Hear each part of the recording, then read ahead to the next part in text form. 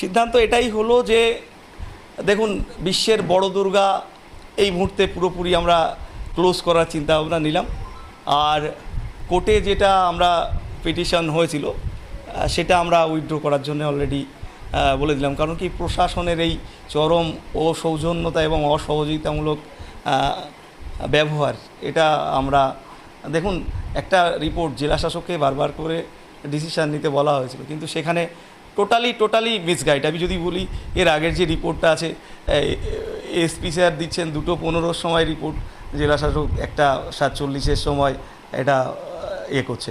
তো এইভাবে হয় না, এভাবে একটা প্রশাসনের বিরুদ্ধে আমরাও লড়াই করতে পারবো না। আমরা চেষ্টা করেছিলাম শুধুমাত্র পুজোটা করার জন্যে, সেই 60 লাখ টাকা আশেপাশে হবে, সবই গ্রামবাসীর টাকা। এটা সবারই একটা কারণ ধারণা ছিল, এখন এই মুহূর্তে কেউ চাঁদাও দিচ্ছে না, জানে পুজোটা হবে কি না তার ঠিক আছে, কেউ চাঁদাও দেবে না, মানে গ্রামবাসীর পুরো অর্থই শেষ। কোর্টে যাওয়ার মতো অর্থ এই মুহূর্তে গ্রাম না, টোটালি বন্ধ থাকছে। পুজো করার মতো পয়সাও তো এই মুহূর্তে কেউ থাকবে না, কারণ টোটাল চাঁদাটা কালেক্ট করে এটা করা হয়েছিল। এরপরে চিন্তাভাবনা করা হয়েছিল যদি আর বাদবাকি কিছু এদিক থেকে ওদিক থেকে অন্য গ্রাম থেকে সাহায্য আসে, তো সেইভাবে একটা করার চিন্তাভাবনা। কিন্তু এই মুহূর্তে পুজোটারই যখন সম্ভাবনা, আর প্রশাসনের বিরুদ্ধে আমরা লড়াই করতে হবে। আমরা দর্শকদের কাছে অন্তত হাত জোর করে ক্ষমা চেয়ে নিচ্ছি, বিশ্বের বড় দুর্গা দেখানোর মতো ক্ষমতা আমাদের হলো না, সামর্থ্য হলো না, ওটা ওইভাবেই থাক, প্রজেক্টটা বন্ধ হয়ে যাবে। এটা শুধু প্রশাসনিক, এটা আমাদের মানে প্রশাসনিক ব্যর্থতার জন্য এটা দেখালো না। সব রিপোর্টগুলো দেখুন, গ্রামের মধ্যে, গ্রাম তো একটা সুযোগ চেয়েছিল, বড় দুর্গার সুযোগ তো অনেকেই নিয়েছে, গ্রামকে একটু সুযোগ দেওয়া দরকার ছিল, সেটা পেলাম না, টোটালটাই পেলাম না। সুজয় বিশ্বাস, প্রধান উদ্যোক্তা। আপনারা কি সিদ্ধান্ত নিলেন?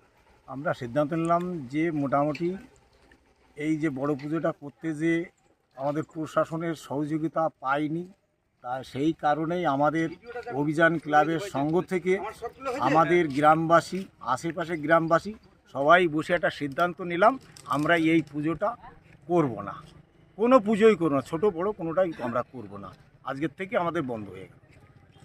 মানে কেন এই সিদ্ধান্ত আপনাদের? এখন সিদ্ধান্ত কি, আমাদের টাকা পয়সা কোথায়? আমাদের টাকা পয়সা কোথায়? গরিব মানুষের জামা প্যান্ট কিনা বন্ধ করে দিয়েও তারাও কিন্তু এর পাশে দিছিল। দেওয়ার কারণ কি, যে মোটামুটি একটা পুজো হলে পরে, একটা মেলা হলে পরে, সেখানে দিদি তো আগেই বলেছে বেকার ছেলেপেলে রোজগারের পথ একটাই আছে, দুটো চপ বেচো, ঘুগনি বেচো, ফুচকা বেচো। তা সেইখান থেকে আজকে দিদিও আমাদের সেই বইমুখ করে দিল, বললো মুখ এক কথা, করলো আর একটা আছে। এই জন্যই আমরা দেখলাম সিদ্ধান্ত নিয়ে প্রশাসন আমাদের সহযোগিতা নেই, কারণ এই পুজোর পক্ষে প্রশাসন কী করবে? প্রশাসন অর্ডার, ওরা বলছে আমাদের অর্ডার উপরের, কারণ উপরের অর্ডার তাহলে এনাদের তো করার কিছু নেই, আর প্রশাসনের বাইরেও আমরা যেতে পারবো না। তার থেকে আমরা নিজেরাই স্থগিত দিয়ে দিলাম এই পুজোর থেকে। তাহলে কি আর কোনো পুজোই করবেন না? কোনো পুজোই করবো না, ছোটো বড়ো কোনোটাই আমরা করবো না, কারণ মানুষের যে আশা আশঙ্কা সবই তো মুছে গেল।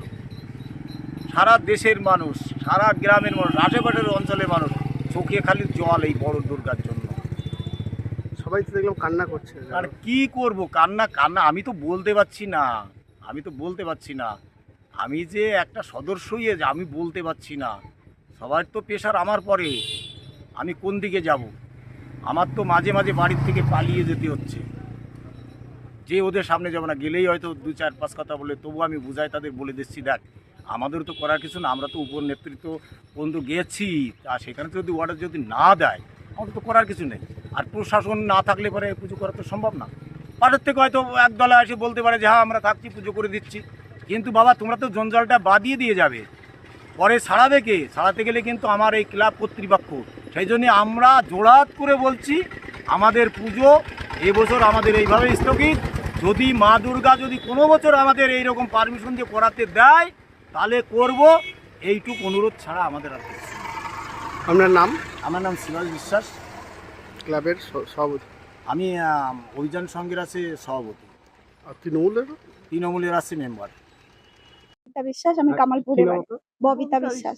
হ্যাঁ, এই যে অবশেষে দুর্গাপূজাটা বন্ধ হয়ে যাচ্ছে, কি বলবেন, কেমন লাগে? এর জন্য আমরা সবাই দুঃখিত, আমাদের বলার কোনো ভাষা নেই। আমাদের ছেলে মেয়ে অনেক আনন্দ, অনেক আশা নিয়েছিল, তো অবশেষে পুজোটা বন্ধ হয়ে গেল। আমাদের ক্লাবের ছেলে পেলে অনেক কষ্ট করেছে, এই পয়লা বৈশাখ থেকে শুরু করেছে, পুরো গ্রামের লোকজন খুব কষ্ট করেছে আর সবাই খুব আশাবাদী ছিল।